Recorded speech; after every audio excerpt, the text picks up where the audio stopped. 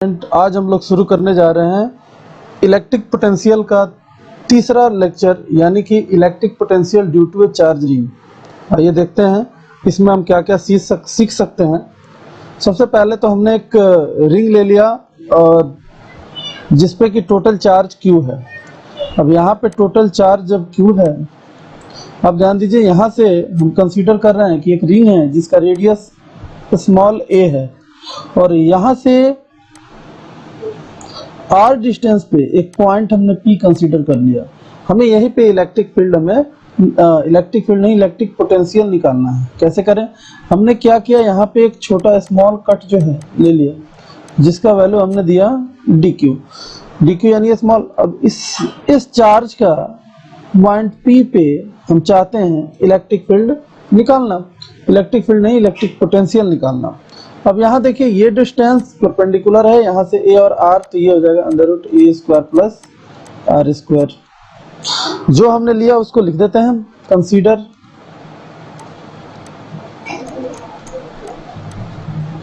Consider a ring of radius a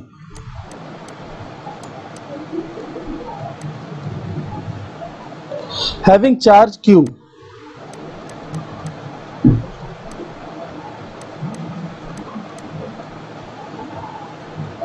uniformly distributed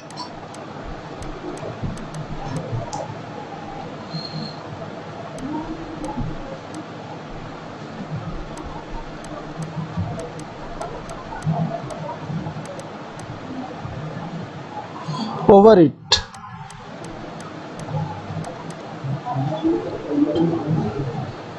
P is a point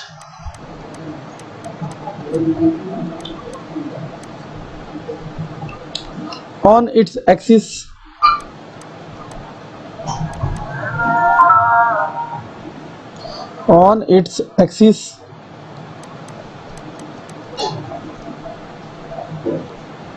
a distance r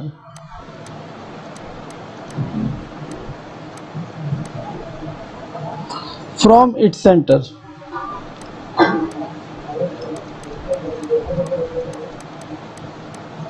हमने यहाँ पे जो भी लिया इस कंडीशन में वो हमने यहाँ पे मेंशन कर दिया।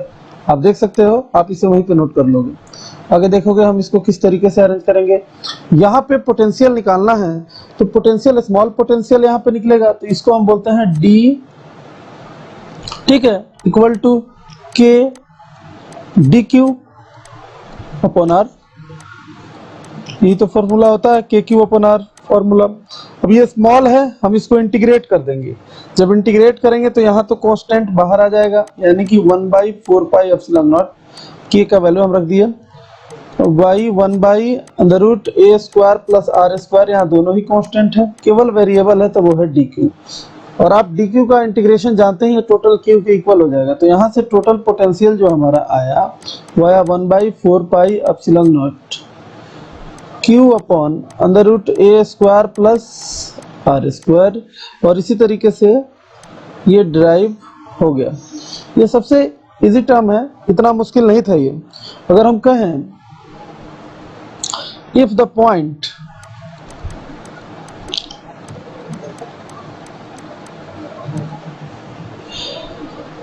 लार्ज डिस्टेंस पे अगर रख दिया जाए,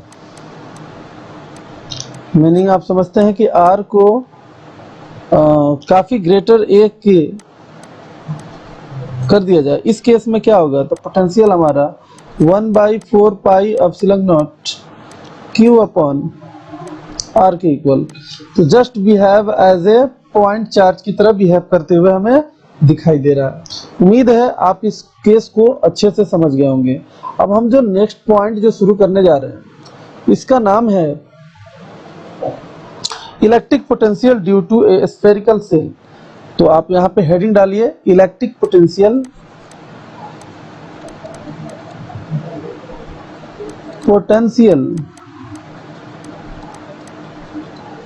due to a spherical cell.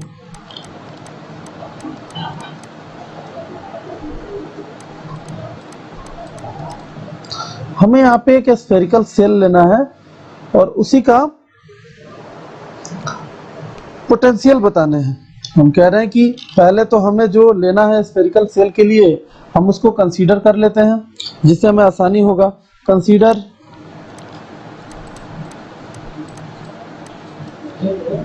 A spherical cell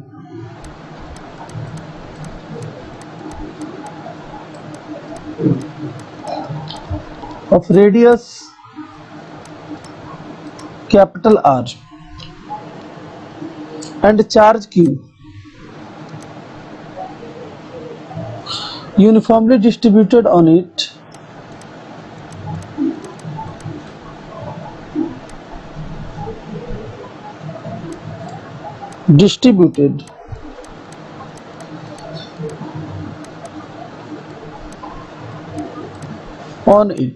ठीक है, हमने एक स्फीयर कंसीडर किया और उसका क्या किया, रेडियस हमने कंसीडर कर लिया और ये समझ लिया कि उस पे चार्ज कितना है। हम यहाँ से शेप जो है डिसाइड करेंगे। स्फीयर का शेप ले लेते हैं हम। यहाँ पे स्फीयर का शेप कुछ इस तरीके से होगा, ठीक है। इस स्फीयर पे डिस्ट्रीब्यूटेड है पॉजिटिव चार्ज, तो हम इस पे पॉजिटिव चार्ज यहाँ पे दिखा देना चाहते हैं। जो कंसीडर किया उसी को हम यहाँ से मेंशन कर दिए।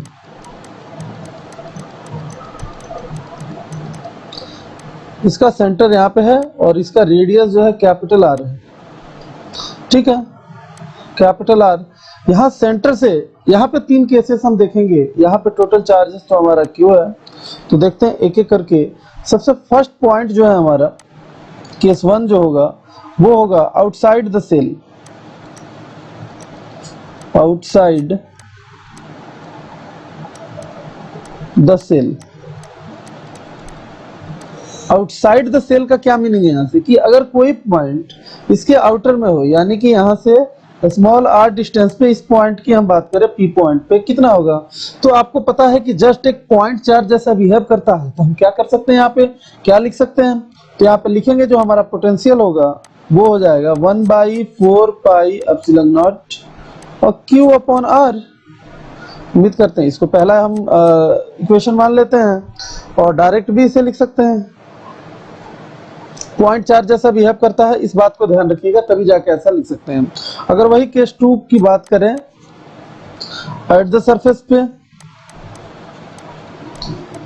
एट द सरफेस की बात करें तो कितना होगा, सरफेस पे क्या हो जाएगा, तो देखिए सरफेस पे क्या है यहाँ पे केस, अगर ये आर इतना ही रह जाए तो यहाँ पे क्या हो जाएगा, जैसा पॉइंट चार्ज जैसा बिहेवियर है, तो यहाँ पर भी लिख सकते हैं v equal to 1/4 pi epsilon naught और q अपॉन आर। ये दूसरा इक्वेशन होगा। तीसरा केस अगर ले लें, यानी तीसरा कौन सा होगा, इनसाइड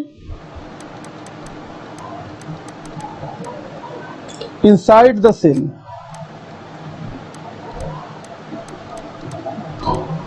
इनसाइड द सेल में आप क्या देखिएगा, देखिए यहाँ पे पहले बात को समझना है। यहाँ पे क्या है, देखिए अगर कोई भी चार्ज यहाँ से अंदर की तरफ बढ़ता है किसी भी पॉइंट पे, अगर स्फीयर के अंदर किसी भी पॉइंट पे, तो उसका जो वर्क होगा वो जीरो होगा। क्यों ऐसा होगा, इसलिए इलेक्ट्रिक फील्ड आपको पता है होलो स्फीयर के अंदर जीरो होता है। अगर इलेक्ट्रिक फील्ड जीरो होता है तो फोर्स यहाँ पे जीरो होगा, इस तरीके से वर्क हो नहीं पाएगा। यानी कि अंदर का पोजीशन पे जहां भी इलेक्ट्रिक पोटेंशियल देखें वो हर जगह सेम होगा और वो कांस्टेंट होगा। तो हम क्या लिख सकते हैं, इस पॉइंट को पहले लिख देते हैं जिससे हमें कभी भूल जाए तो पढ़ने में आसानी होगी। तो लिखेंगे electric field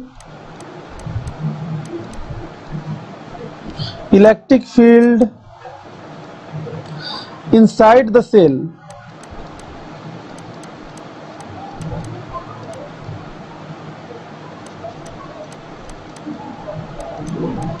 is equal to 0।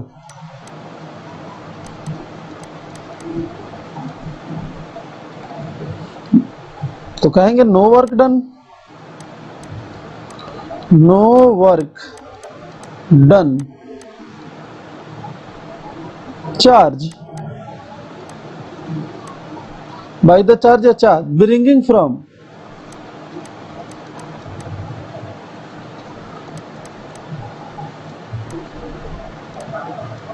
surface to anywhere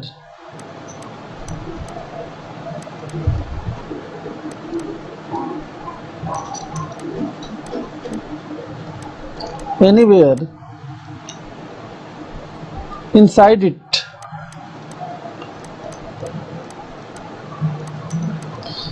इसका मीनिंग तो आप समझ गए होंगे कि v इनसाइड कितना हो जाएगा यहाँ पे, तो v इनसाइड हम यहाँ पे लिख सकते हैं फॉर्मूला, v इनसाइड की बात करें तो ये जितना सरफेस पे होगा उसके ही इक्वल हो जाएगा, यानी q अपॉन r। ये रहा तीसरा केस। हमें उम्मीद है आप तीनों पॉइंट पे समझ गए होंगे। कहाँ पे, ऑन द सरफेस यानी आउटसाइड द सरफेस पहला केस, दूसरा ऑन द सरफेस, और तीसरा है इनसाइड द सरफेस। ये क्यों ऐसा हुआ हमने रीजन भी लिखा है, आपको समझा भी दिया है। अब रही बात इसके ग्राफ की, कि ग्राफ से इसको कैसे दिखाएंगे, ग्राफिकली आप किस तरीके से इसको दिखा सकते हैं, तो आप देखिए ग्राफिकली रिप्रेजेंट करना है तो कैसे करें। यहाँ पे देखिए सिंपल सा ग्राफ ही यहाँ पे बनेगा। यहाँ पे हम r ले लेते हैं पोजीशन, और यहाँ पे पोटेंशियल। अगर कहें r का लेवल इतना है, यानी कि सेंटर से लेकर ये रहा रेडियस हमारा कैपिटल R, यहाँ तक का पोटेंशियल हमने कंसीडर किया v equal to 1/4 pi epsilon naught और q अपन कैपिटल R। लेकिन इसके बाद स्मॉल r, यानी कि जैसे जैसे r बढ़ते जाएगा पोटेंशियल घटते चला जाएगा, यानी डिक्रीज करते चला जाएगा। तो इस तरीके से सेफ हो गया। यहाँ पे क्या लिख सकते हैं, v equal to 1/4 pi epsilon naught और q अपॉन स्मॉल r। उम्मीद करते हैं आप ये पूरा कंसेप्ट समझ गए होंगे। अब नेक्स्ट हेडिंग की जो बात करते हैं इलेक्ट्रिक पोटेंशियल एनर्जी की, इलेक्ट्रिक पोटेंशियल एनर्जी, तो ये हम लोग हेडिंग करते हैं इलेक्ट्रिक पोटेंशियल एनर्जी। आप साथ में नोट करते जाइए, ज्यादा सुटेबल रहेगा आपको। Electric potential energy, electric potential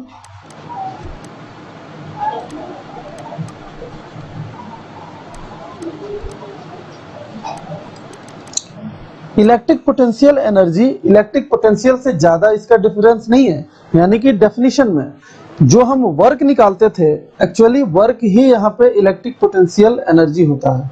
अगर उसको यूनिट चार्ज से आप डिवाइड कर देते हैं, यानी कि टेस्ट चार्ज से, तो वहां पे क्या हो जाता है, वो पोटेंशियल निकल जाता है। तो हम पोटेंशियल चैप्टर में पोटेंशियल एनर्जी थोड़ा बाद में पढ़ रहे हैं, तो हमें वर्क पर यूनिट चार्ज करने के बाद ये पॉइंट आया है। तो अगर हम जो चार्ज निकाल लेते हैं वही यहाँ पे हमारा आंसर हो जाता है। बट आइए इसका डेफिनेशन देखते हैं। Electric potential energy defined as, electric potential energy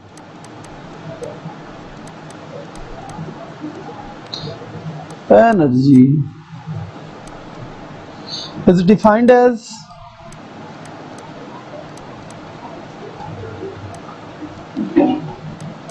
the system of charge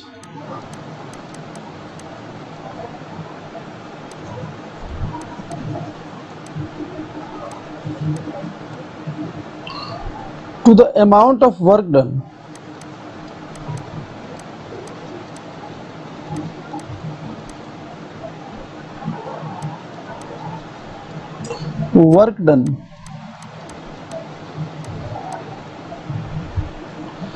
in assembling the charge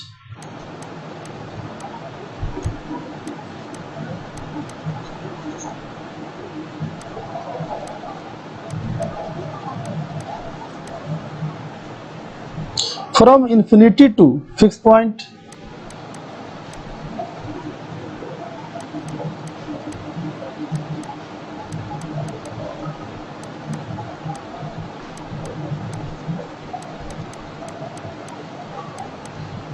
जैसा डेफिनेशन वहां पे है, यहाँ पर भी वैसे ही सेम रखा है हमने। अब अगर पॉइंट चार्ज के लिए लिख रहे हैं तो हम हेडिंग भी कर लेते हैं यहाँ पे। तो क्या हेडिंग डाल दे, potential energy of a system of 2 point charges के लिए, potential energy of a system of 2 charges.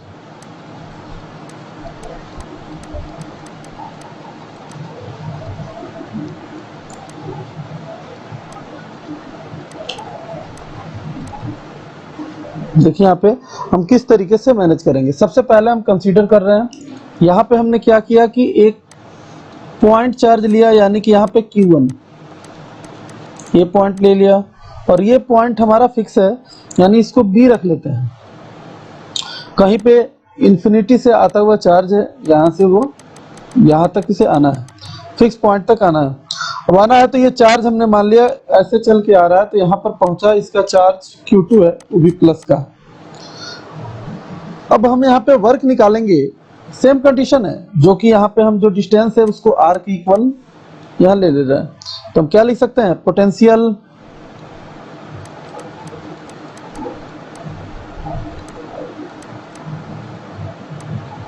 Eight point B due to A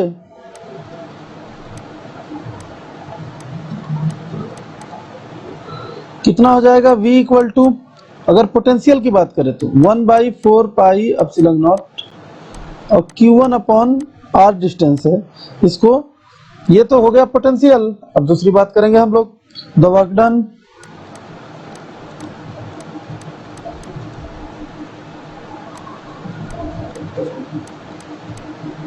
in bringing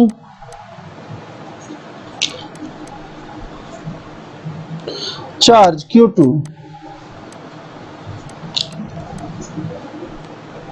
from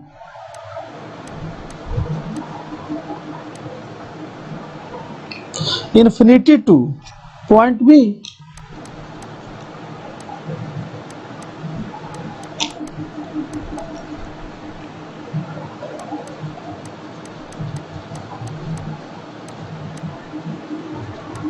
कितना हो जाएगा। अगर वर्क की बात करें, वर्क हमने पहले ही समझाया था, Q2 इंटू पोटेंशियल वहां का। अगर वर्क निकालना है तो वहां के चार्ज से पोटेंशियल को प्रोडक्ट कर दो, कितना आ जाएगा Q2, और यहाँ पे बात करेंगे 1/4 पाई एप्सिलॉन नॉट, और साथ में कितना Q1 अपॉन R, तो ये प्रोडक्ट होके हमारा पोटेंशियल एनर्जी मिल जाएगा, और वो किसके इक्वल हो जाएगा, तो 1/4 pi epsilon not Q1 Q2 upon R। Required answer हमारा हो गया। ये बहुत मुश्किल नहीं था, केवल ये कंसेप्ट है जिसे आप नोट कर सकते हैं, एक बार से ज्यादा पढ़िएगा बिल्कुल क्लियर हो जाएगा, कहीं नहीं जा रहा है ये। अगर इसके कंसेप्ट की बात करें, कंसेप्ट में देखेंगे हम लोग, पोटेंशियल एनर्जी है और वर्क है, तो वर्क से पोटेंशियल एनर्जी आया, तो वर्क एक स्केलर क्वांटिटी है, तो पोटेंशियल एनर्जी भी स्केलर क्वांटिटी होगा। और इस तरीके से आप पहले पॉइंट में लिख सकते हैं, क्या लिखिएगा, तो लिखिए electric potential energy, electric potential energy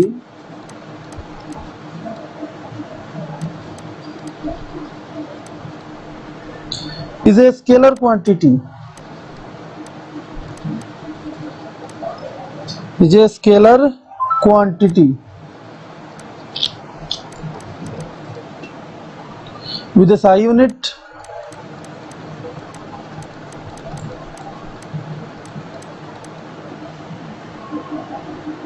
joule,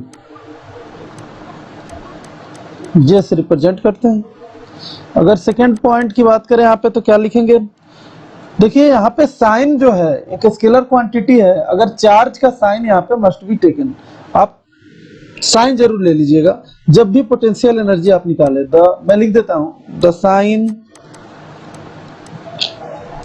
of potential energy, the sign of charge, the sign of charge in potential energy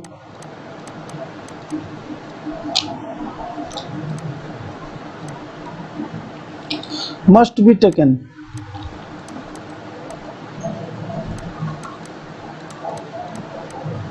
उम्मीद करते हैं आप ये पूरा कंडीशन समझ गए होंगे। इलेक्ट्रिक पोटेंशियल ऐसा है, इलेक्ट्रिक पोटेंशियल केवल 2 पॉइंट चार्ज के लिए नहीं होता है, टोटल सिस्टम ऑफ चार्ज के लिए हम लोग निकालते हैं। तो अब हम देखेंगे potential energy of a system of charge के लिए भी पढ़ लेते हैं। आप हेडिंग कीजिए साथ में,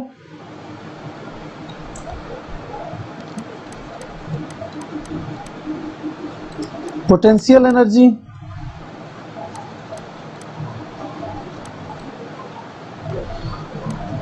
of a system of charge.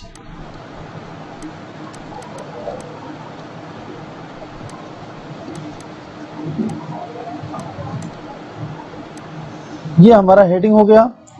ये बता देना चाहते हैं। ऐसा करते हैं हम 3 पॉइंट चार्जेस ले लेते हैं और एक ट्रायंगल के कॉर्नर पे रखते हैं इसे। ये पॉइंट ए बी सी, साथ में इनका चार्ज मेंशन कर लेते हैं Q1 Q2 और Q3। और एक बात, इसको ले लेते हैं A1 A2 A3, just distance हो गया। अगर आप पोटेंशियल की यहाँ बात करना चाहते हैं, पोटेंशियल एनर्जी का, ए चार्ज की वजह से पोटेंशियल बी पे और सी पे निकाला जाएगा। अगर ए का ए पे निकालेंगे वो जीरो होगा, इसीलिए इंफिनिटी से कोई भी ए पे लाएंगे तो ए पे ए की वजह से पोटेंशियल एनर्जी जीरो हो जाएगा। बट ए को बी तक लाएंगे और ए को सी तक लाएंगे, यहाँ पे इसके वजह से पोटेंशियल एनर्जी होगा। साथ में इस सिस्टम का अपना पोटेंशियल एनर्जी होगा। अगर Q2 और Q3 के बीच में इन तीनों को सम कर देते हैं तो निकल जाएगा। इसको बहुत बढ़ा चढ़ा के करने की जरूरत नहीं है, हम इसका सिस्टम ऑफ लिख देते हैं आसानी से कि पोटेंशियल एनर्जी क्या हो जाएगा, पहले इन दोनों का तो क्या हो जाएगा K Q1 Q2 upon A1, दूसरा इन दोनों का K Q2 Q3 upon A2, plus तीसरे का K Q3 Q1 upon A3। इस तरीके से आप कॉमन ले सकते हैं, K का वैल्यू 1/4 पाई एप्सिलॉन नॉट, और साथ में आपका आ जाएगा Q1 Q2 upon A1 plus Q2 Q3 upon A2 plus Q3 Q1 A3, A2 और A3।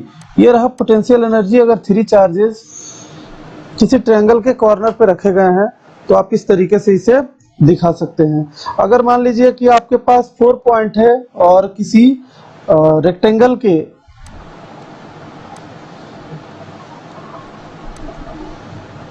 कॉर्नर पे रखे गए हैं तो यहाँ पे देखिए Q1 Q2 Q3 और Q4। अभी तक जब भी पूछा गया 4 के लिए मैक्सिमम बार पूछा गया है, इससे आगे नहीं पूछा जाता है। यहाँ पे देखिए जो पॉइंट Q1 है, Q2 है, Q3 है, आप सोचते होंगे कि यहाँ पे केवल 4 पेयर बनेगा, Q1 Q2 Q2 Q3 Q3 Q4 और Q4 Q1, जनरली यही तो आप सोचेंगे। लेकिन यहाँ पे एक चीज और ध्यान दीजिए, यहाँ पे जो पॉइंट 1 और 3 के बीच में भी एक पेयर पॉसिबल है, तो ये हो गया 5, और Q2 और Q4 के बीच में भी एक पेयर पॉसिबल है। ऐसा 3 वाले में पॉसिबल नहीं था, लेकिन यहाँ 4 वाले में पॉसिबल है। तो आप यहाँ पे क्या कैसे लिख सकते हैं पोटेंशियल, अगर इनका सबका वैल्यू A दे दें, अगर इसको स्क्वायर ही मान लेते हैं तो ये हमारा √2a हो जाएगा डायगोनल। तो इस तरीके से आपको टोटल कितने हुए, 6 पेयर आपको यहाँ पे मिलेंगे। 6 पेयर में आप क्या कीजिएगा, यू लिखना हो आपको पोटेंशियल एनर्जी, तो कैसे कीजिएगा, आप ए से शुरू करते हैं, ए बी सी और डी। हम ऐसा लिखेंगे के Q1 Q2 अपॉन ए, के Q2 Q3 अपॉन ए, प्लस के Q3 Q1 Q3 Q4 upon ए, प्लस के Q4 Q1 अपॉन ए। साथ में आपको क्या इसमें और ऐड करना है, प्लस आप कर दीजिए किसको, तो डायगोनल को, के Q1 Q3 bye √2a plus के Q2 Q4 √2a। This is required answer. तो हम उम्मीद करते हैं आप समझ गए होंगे इस कंसेप्ट को। नेक्स्ट पॉइंट अगर हम बात करें electric unit of electric potential के बारे में थोड़ा सा समझ लेते हैं, फिर हम नेक्स्ट पॉइंट की तरफ आगे बढ़ेंगे। हेडिंग डाल दीजिए, unit of electric potential energy.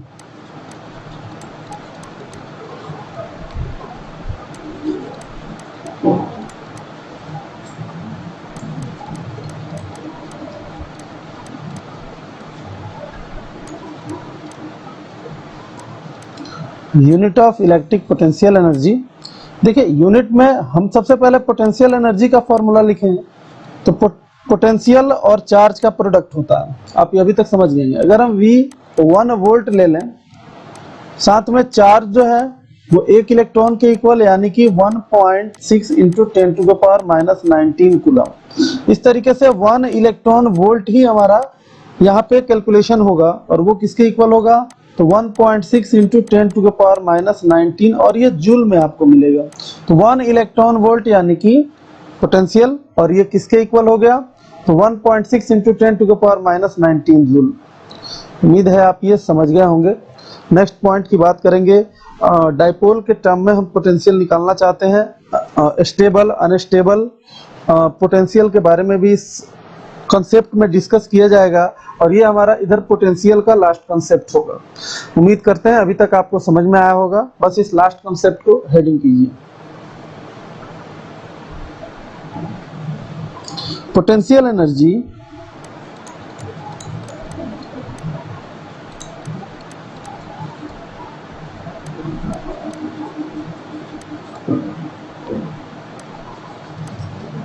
of a dipole placed in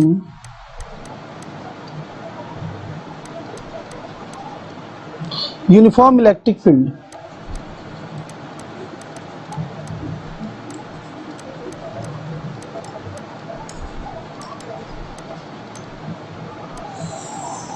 इसके डायग्राम पे आपको बारीक से ध्यान देना पड़ेगा।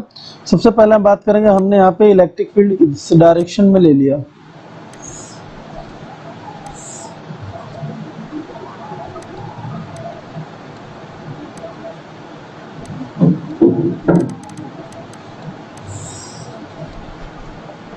ठीक, हमने एक इसमें डाइपोल भी लेना चाहिए, यानी कि 2 पॉइंट चार्जेस हम यहाँ पे कुछ इस तरीके से दिखाना चाहते हैं आपको। इलेक्ट्रिक फील्ड ये इधर है, डायरेक्शन यूनिफॉर्म है,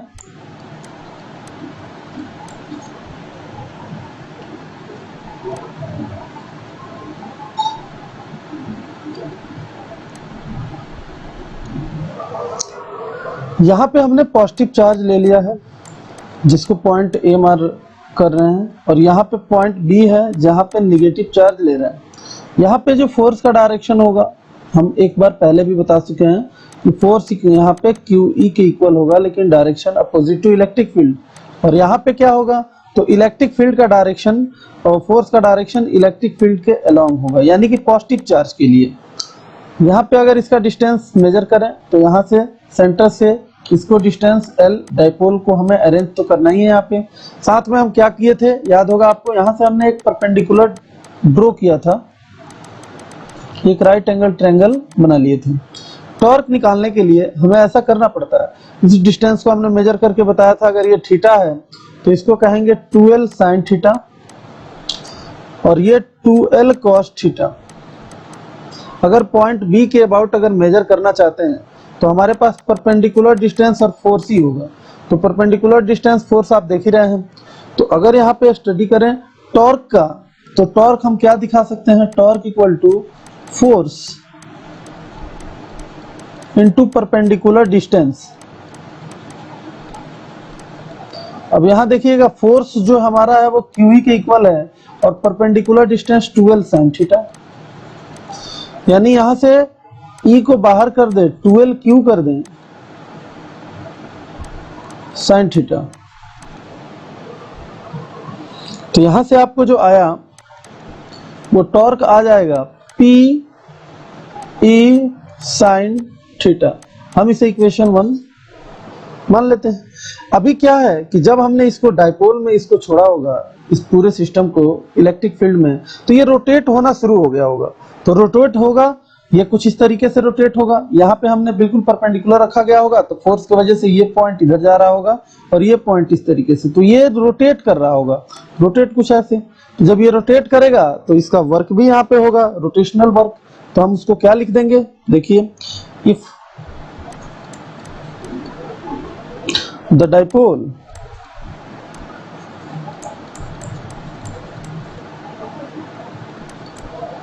is rotated through a small angle d theta,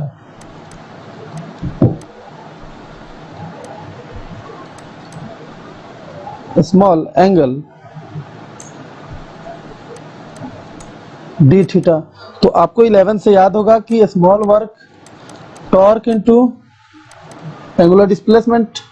तो यहाँ से हम क्या लिख देंगे, इसको इंटीग्रेट कर देंगे और यहाँ पे वैल्यू पुट किया जाएगा। टॉर्क का वैल्यू कितना है, तो PE sin थीटा साथ में d थीटा, और इंटीग्रेशन थीटा 1 से लेकर थीटा 2 तक। तो यहाँ पे देखिए किस तरीके से इंटीग्रेशन में क्या होगा, यहाँ पीई बाहर आ जाएगा, यहाँ तो वर्क हो गया, पीई बाहर कॉस्ट साइन थीटा का इंटीग्रेशन होता है माइनस का कॉस थीटा, और कॉस थीटा को थीटा 1 से लेके थीटा 2 तक, तो यहाँ पे माइनस के साथ अगर रखेंगे तो पीई माइनस कॉस थीटा 2 और minus minus plus cos theta 1, अगर इस माइनस को बाहर ले लें या तो इसको चेंज कर दे इसका, तो वर्क इक्वल टू कितना आ गया, p E cos theta 1 minus cos theta 2। उम्मीद करते हैं आप ये कंसेप्ट यहाँ तक समझ गए होंगे। साथ में यहाँ देखिए वर्क यानी कि पोटेंशियल एनर्जी, और p E cos theta 1 minus cos theta 2, ये हमारा रिक्वायर्ड आंसर हुआ। अगर यहाँ पे बात करें तो यहाँ पे आप कुछ कंडीशन लगाएंगे और उसको मेजर करेंगे। कंडीशन क्या है, सबसे पहला,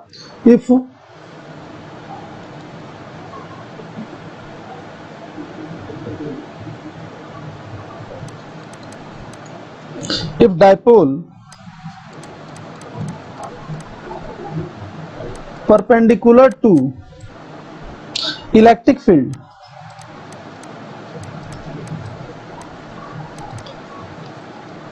अगर ऐसा हुआ तो आप क्या लिखिएगा, देखिए थीटा 1 यानी कि 90 डिग्री और थीटा 2 को थीटा मान लेते हैं, तो इसमें क्या आ जाएगा पोटेंशियल एनर्जी, ये तो थीटा 1 के जगह पे तो 90 यानी 0, थीटा 2 के जगह पे थीटा यानी कि माइनस का पीई कॉस थीटा, और पोटेंशियल एनर्जी इस कंडीशन में माइनस का पी डॉट ई के इक्वल हो जाएगा।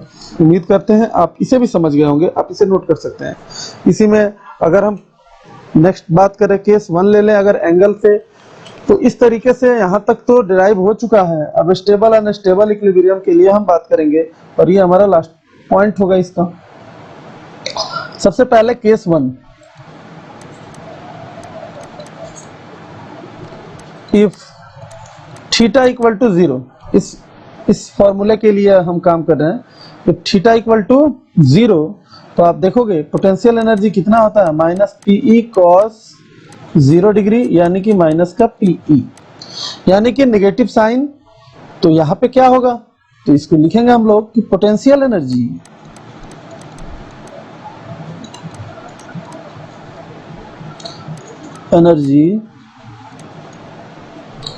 Of a dipole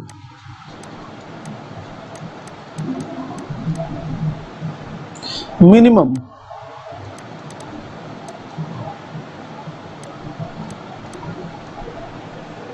when dipole moment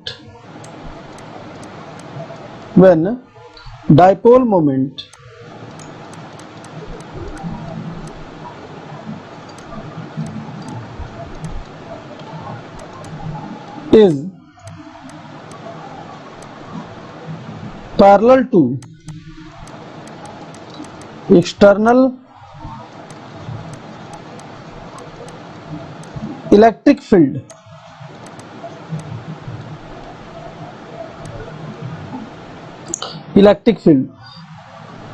यहाँ फुल स्टॉप देके लिखेंगे, इसी को दिस पोजीशन स्टेबल इक्विलिब्रियम होता है, दिस पोजीशन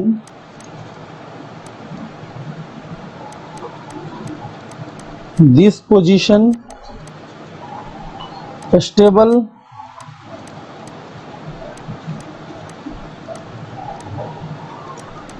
इक्विलिब्रियम। इसको आप ध्यान रखिएगा, बहुत इंपॉर्टेंट है, ये पीछे एग्जामों में पूछा जा चुका है। दूसरा केस ले रहे हैं, case 2,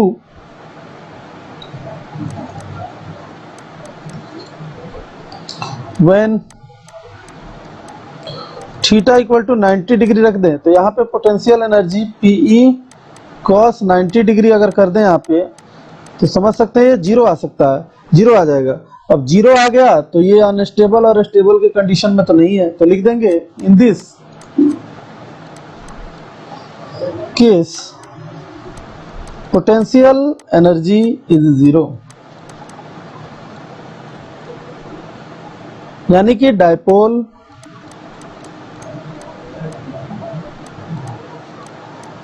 moment is perpendicular to external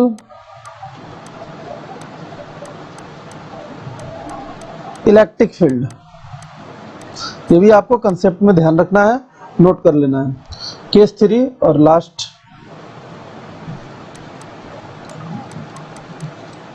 अगर कहें व्हेन थीटा इक्वल टू 180 रख दें, तो इस केस में potential energy minus p E cos 180 degree का वैल्यू आप जानते हैं कॉस का माइनस का 1, तो ये हो जाएगा पीई यानी कि मैक्सिमम हो गया। तो इसके लिए भी लिखते हैं जब मैक्सिमम होगा वैल्यू, इस केस में क्या हो जाएगा, अनस्टेबल इक्विलिब्रियम होगा। और इस केस में क्या हो रहा है, अपोजिट टू, जो डायपोल मोमेंट है वो एंटी पैरेलल है किसके, इलेक्ट्रिक फील्ड के। तो इस केस में जो इक्विलिब्रियम होगा वो अनस्टेबल इक्विलिब्रियम होगा। आप इस बात को लिख लीजिए। तो लिखेंगे इन दिस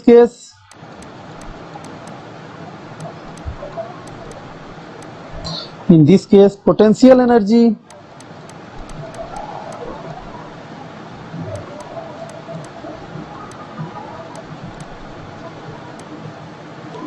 maximum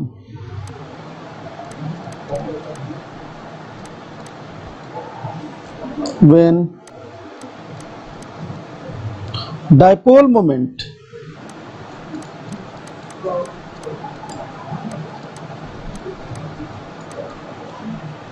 anti-parallel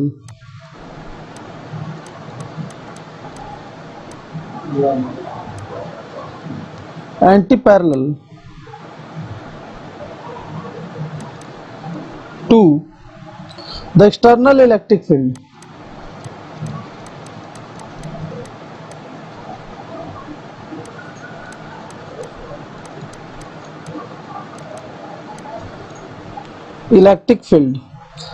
और इसी को क्या बोलेंगे, दिस पोजीशन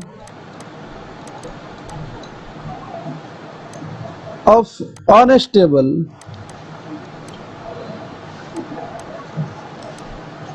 इक्विलिब्रियम